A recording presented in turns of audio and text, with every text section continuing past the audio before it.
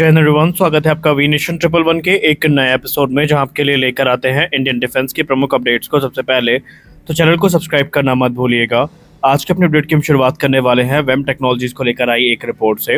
वेम टेक्नोलॉजीज को लेकर रिपोर्ट में कंफर्म कर दिया गया है कि वेम टेक्नोलॉजीज के द्वारा जो तेजस मार्क 1A है, इसका जो पहला सेंटर फ्यूजलाज है, ये 30 मई को डिलीवर कर दिया जाएगा हिंदुस्तान एरोनॉटिक्स लिमिटेड को। और उसके बाद हैदराबाद स्थित जो वेम टेक्नोलॉजीज है, ये अपनी सहभागिता को ऑफिशियली सुनिश्चित करने वाले हैं।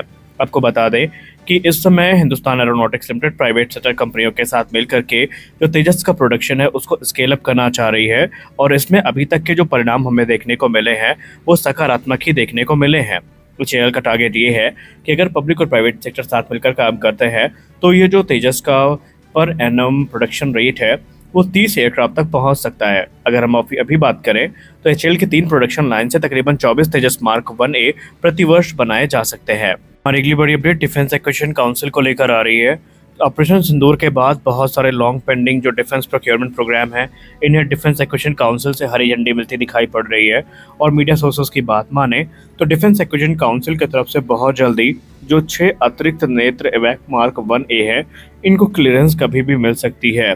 जी हाँ, नेत्र मार्क 1A भारत के लिए काफी महत्वपूर्ण है, क्योंकि आप सब जानते हैं कि airborne early warning and control aircraft का क्या महत्व होता है, और ये कैसे एनिमी की हर सिंगल मूवमेंट जो होती है उसकी जो इन्फॉर्मेशन है वो पहुंचाते हैं। और आपको पता ही है कि हमारे लिए जितने इंपॉर्टेंट फाइटर जेट्स की खरीद है, जितने इंपॉर्टेंट ट्रांसपोर्ट एयरक्राफ्ट की खरीद है, उतने ही ज़्यादा इंपॉर्टेंट हमारे लिए ये फोर्स मल्टीप्लायर्स ही हैं। रिपोर्ट्स तो ये भी इंगित कर रही हैं कि बहुत जल्दी आपको जो मिड एरियल रिफ्यूलर्स हैं और इसके अलावा एवैक्स प्लेटफॉर्म है, इनकी मंजूरी आती दिखाई पड़ेगी, जिससे कि भारतीय वायुसेना की चौतरफा जो ताकत है वो काफ़ी ज़्यादा बढ़ेगी। और भविष्य में अगर कोई भी कॉन्फ्लिक्ट होती है तो भारत के पास एक क्लियर एज होगा। जैसा कि हम सब जानते हैं कि तेजस मार्क 2 फाइटर एयरक्राफ्ट भारतीय वायुसेना के जो मीडियम कैटेगरी के एयरक्राफ्ट है उसमें एक बड़ा रेवोल्यूशन लेकर आने वाला है, और ये अपने कैटेगरी के दूसरे फाइटर्स के तुलना में काफ़ी ज़्यादा एडवांस भी होगा। और हमने आपको कई बार कहा है कि जैसे जैसे इसके रोल आउट की तिथि नज़दीक आती जाएगी, एक के बाद एक जो इम्पोर्टेंट इन्फॉर्मेशन है वो हमें इस प्रोग्राम से जुड़ी देखने को मिलेंगी। इसी क्रम में तेजस मार्क 2 के वेपन कैरिंग कैपेसिटी को लेकर एक रिपोर्ट सामने आई है, जहां पर बताया जा रहा है कि तेजस मार्क 2 एक नहीं बल्कि मल्टीपल जो अस्त्र मार्क 2 मिसाइल्स हैं उनको कैरी करने में सक्षम होगा। जी हाँ, तेजस मार्क 2 में आपको जो डुअल रैक पायलट्स हैं वो देखने को मिलेंगे।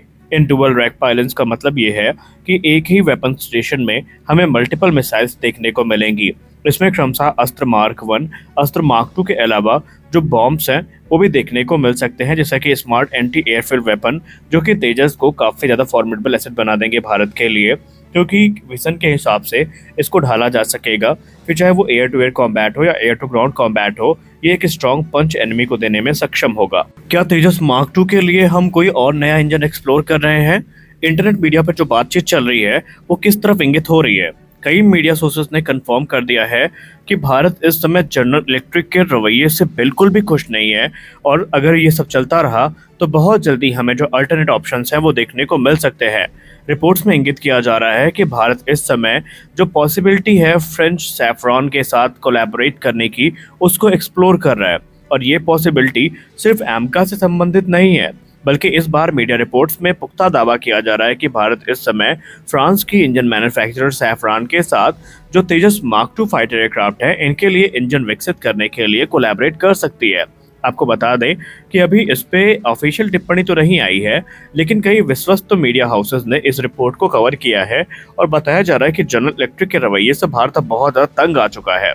लेकिन आपको बता दें कि ये प्रोसेस हमारे लिए उतना आसान नहीं होने वाला है, क्योंकि आपको यहाँ पर पता होना चाहिए कि इंजन स्वैपिंग जो प्रोसेस होता है वो एक लेंदी प्रोसेस होता है। और अगर मान लीजिए आपको हम बताएं इंजन स्वैपिंग के बारे में, तो एचएएल ऑफिशियल ने खुद कुछ महीने पहले एक मीडिया वक्तव्य के दौरान कहा था कि अगर हमें इंजन स्वैपिंग करनी भी हुई तो हमें उसके लिए तकरीबन 2 से 3 साल और इंतजार करना पड़ेगा, क्योंकि नए इंजन के हिसाब से हमें एयरक्राफ्ट के इंजन बे को ढालना पड़ता है, हमें उसमें सॉफ्टवेयर चेंजेस करने पड़ते हैं, हमें वहाँ पर जो वेट मैनेजमेंट है वो देखना पड़ता है, सेंटर ऑफ ग्रेविटी जो है वो देखनी पड़ती है।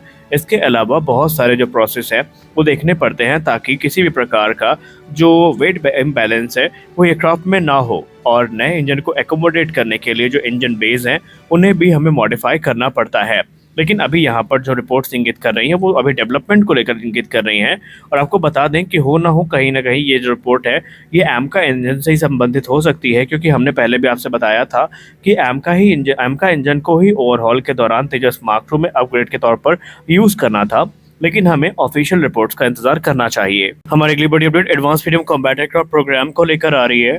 Advance medium combat aircraft programme को लेकर हम लोग जो एसपीवी मॉडल का इंतजार कर रहे थे, आज हमारा इंतजार फाइनली खत्म हो चुका है, क्योंकि एसपीवी मॉडल को लेकर आज रक्षा मंत्री जी की तरफ से एक बड़ी मंजूरी दी गई है। आइए जानते हैं पूरा मामला क्या है। देखिए, भारत इस समय एक बात अच्छे से समझ चुका है और अमेरिका की हरकत ने या यूं कह ले भारत को समझा दिया है कि अगर आप आत्मनिर्भर नहीं बने तो फिर आप ये भूल जाइए कि आप अपनी रक्षा जरूरतों को कभी पूरा कर पाएंगे। ये बात भारत को देर से ही सही पर समझ में आ चुकी है। रिपोर्ट्स में बताया जा रहा है कि भारत के रक्षा मंत्री श्री राजनाथ सिंह जी के द्वारा एडवांस फ्रीडम कॉम्बैट एयरक्राफ्ट के लिए जो एसपीवी मॉडल है इसको अप्रूव कर दिया गया है। जी हाँ, एमका का जो एग्जीक्यूशन मॉडल है इसको मंजूरी मिल चुकी है। इसमें हमें 3 बड़ी चीजें देखने को मिलेंगी। ये पहला प्रोग्राम होगा जहां पर हमें हिंदुस्तान एरोनॉटिक्स लिमिटेड, इसके अलावा एरोनॉटिकल डेवलपमेंट एजेंसी जो कि डीआरडीओ की संगत संस्था है, और एक प्राइवेट सेक्टर कंपनी जो है मिलकर काम करेगी। और ये इक्वल स्टेक होल्डर होने वाले हैं, यानी कि ऐसा नहीं है कि ये टीयर 2 या टीयर 3 के सप्लायर्स होंगे। बाकायदा ये एचएएल और एरोनॉटिकल डेवलपमेंट एजेंसी के साथ कंधा से कंधा मिलाकर काम करेंगे। इसके पीछे का उद्देश्य काफी सिंपल है कि एमका प्रोग्राम को फास्ट ट्रैक किया जाए। न सिर्फ एमका प्रोग्राम बल्कि कई पत्रकारों से बात करने पर जो हमें चीजें पता चली है वो ये है कि ये प्रोग्राम अभी एमका से सिर्फ शुरुआत हो रहा है। इसकी आगे चल के जो ये प्रोग्राम है ये हमें दूसरे जो एयरक्राफ्ट डेवलपमेंट फेजेस हैं उसमें देखने को मिलेगा।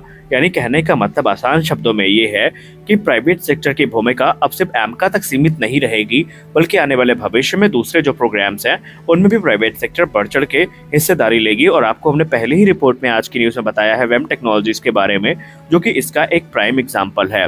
तो आप लोग इससे कितने सहमत हैं? क्या आपको भी लगता है सरकार ने प्राइवेट सेक्टर को लाकर सही किया है? आप अपनी राय कमेंट सेक्शन में जरूर दीजिए। और अगली बड़ी अपडेट F-35 लाइटनिंग 2 को लेकर आ रही है। आपको बता दें कि मीडिया रिपोर्ट्स में बताया जा रहा है कि F-35 लाइटनिंग 2 भारत के लिए ऑन टेबल होगा, क्योंकि हाल ही में एक रिपोर्ट सामने आई है जहां पर इंडो यूएस टॉक्स जो है ये शुरू होने वाली हैं। और ये एक हाई लेवल टॉक्स होंगी जहां पर F-35 का एजेंडा अमेरिका की तरफ से पेश किया जाएगा। F-35 प्रोग्राम इस समय लगातार तूल पकड़ता नजर आ रहा है। खासकर ऑपरेशन सिंदूर के बाद से Su-57 वर्सेस F-35 की जो डिबेट है ये काफी ज्यादा इस समय आगे बढ़ चुकी है। लेकिन आपको यहाँ पर याद दिला दें कि अमेरिका के जैसी हरकत है उसको देखने के बाद एक्सपर्ट्स बहुत कम मानते हैं कि F-35 जैसे जो एयरक्राफ्ट है ये भारतीय वायुसेना को कभी ज्वाइन करेंगे। लेकिन फिर भी अभी से कुछ भी कह पाना जल्दबाजी होगी। देखते हैं कि ये हाई लेवल डेलीगेशन जो है ये क्या क्या चीजें पिच करता है। तो आज को इस वीडियो में बस इतना ही। आशा करते हैं वीडियो आपको अच्छी लगी होगी। वीडियो अच्छी लगी तो वीडियो को लाइक करिए, नए हैं तो चैनल को सब्सक्राइब करिए। मिलते हैं अगले वीडियो में कुछ अपडेट्स के साथ, तब तक के लिए जय हिंद।